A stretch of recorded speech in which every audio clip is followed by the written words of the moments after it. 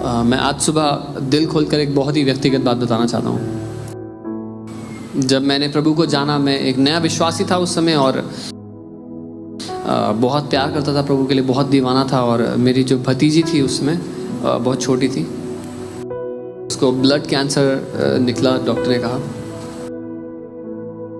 मेरी मासी और उनके पति ने 3 दिन से खाना नहीं खाया था और मैं गया, मैंने उसके लिए प्रार्थना की।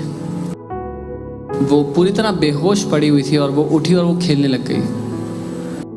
मैं बहुत खुश हो गया और वो उसको डॉक्टर के पास लेके गए। डॉक्टर ने कहा ये तो बिल्कुल ठीक है और वो वापस देहरादून चले गए और कुछ दिन बाद उसकी मौत हो गई। और वो समय था जब मैंने यीशु से कहा, यीशु मुझे आप नहीं चाहिए मेरी ज़िंदगी में। मैंने कहा मुझे आपसे कोई लेना देना नहीं है, मुझे आपसे कोई रिश्ता रखना नहीं है। मैं लोगों को आपके बारे में नहीं बताऊंगा, बल्कि ये बताऊंगा कि ये सब ढोंग है, आप सच में नहीं हो।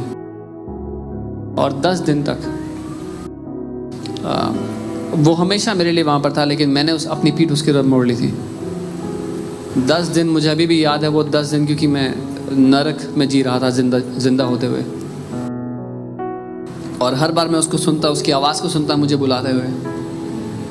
और फिर एक आंटी जो हमारी मेंटर थी प्रभु में, और अभी वो प्रभु के पास जा चुकी हैं। और जब वो दिल्ली आई एक सभा के लिए, मैंने ये बात किसी को बताई नहीं थी मेरे साथ जो चल रहा था। और वो मुझसे बहुत प्यार करती थी और सब मुझे जानते थे एक ऐसे जवान के रूप में जो परमेश्वर के लिए जलता है आग से। पर उनको नहीं पता था कि मेरे जीवन में क्या चल रहा है। और वो प्रचार कर रही थी जहाँ पर सभा चल रही थी। मैं बिल्कुल पीछे, बिल्कुल अंत में दरवाजे के पास था। मैं उस सभा का हिस्सा होना तो नहीं चाहता था, लेकिन क्योंकि मैं उनका आदर करता था इसलिए मैं वहाँ चला गया। और उनको कोई अंदाज़ा नहीं था मेरे जीवन में जो चल रहा है उसके बारे में। और वो प्रचार कर रही थी एक आग से भरा हुआ संदेश, और उस संदेश के बीच में वो रुक गई और फूट फूट कर रोने लग गई। और वो भविष्यवाणी करने लगी और परमेश्वर मुझसे बात कर रहे थे उनके द्वारा। और उन्होंने कहा मेरे बेटे वापस आ जा। कई बातें हैं जो तू इस समय नहीं समझता, लेकिन मैं तुझसे प्यार करता हूँ, इस बात पे कभी संदेह मत करना। पिता मुझसे विनती कर रहा था। और वो दिन था जब अपने घुटनों पर आ गया और मैंने कहा पिता, हो सकता है मैं कभी ना समझूँ कि क्यों कई बातें दुनिया में होती हैं, क्यों बुराई होती है, लेकिन मैं कभी भी आपकी भलाई पर दोबारा उंगली नहीं उठाऊंगा।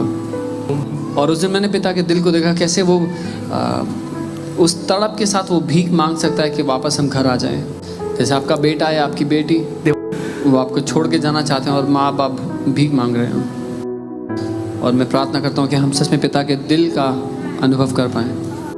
मैं ये नहीं कह रहा कि ज़िंदगी फूलों से भरी हुई राह है, लेकिन मैं ये कह रहा हूँ कि इस बात पर मेरी नींव गड़ी हुई है कि मैं कभी भी तेरी भलाई पर पिता उंगली नहीं उठाऊंगा। और मैं इसीलिए बात बता रहा हूँ क्योंकि कई लोग मुझे देखते हैं, बोलते हैं कि आप तो बहुत विश्वास करने वाले व्यक्ति हैं। और मैं बता रहा हूँ कि मैंने उसका इनकार किया था, लेकिन उसने कभी मेरा इनकार नहीं किया और वो ना ही कभी आपका इनकार करेगा। और वैसे ही मैं महसूस कर रहा हूँ कोई आज यहाँ पर है इस दिन, और आप सिर्फ नाम के लिए यहाँ पर आए हैं और पिता आपसे कह रहे हैं वापस आ जा, वापस घर आ जा। मेरे प्रेम, मेरी भलाई पर संदेह मत कर। हो सकता है हम कभी ना समझे बहुत सारी बातें, लेकिन यीशु ने अपने प्रेम को प्रकट किया जब हम पापी ही थे, वो हमारे लिए मर गया। आपका पिता कभी भी आप पर हार नहीं मानेगा, और जब हम उस पर हार मान लेते हैं वो कभी हम पर हार नहीं मानता। जब उसने मुझे सेवकाई में बुलाया, मैंने कहा प्रभु गलत चुनाव कर लिया आपने। उसने कहा मैंने तुझे तेरी विश्वास योग्यता के कारण नहीं बुलाया, लेकिन मैंने तुझे अपनी विश्वास योग्यता के कारण बुलाया।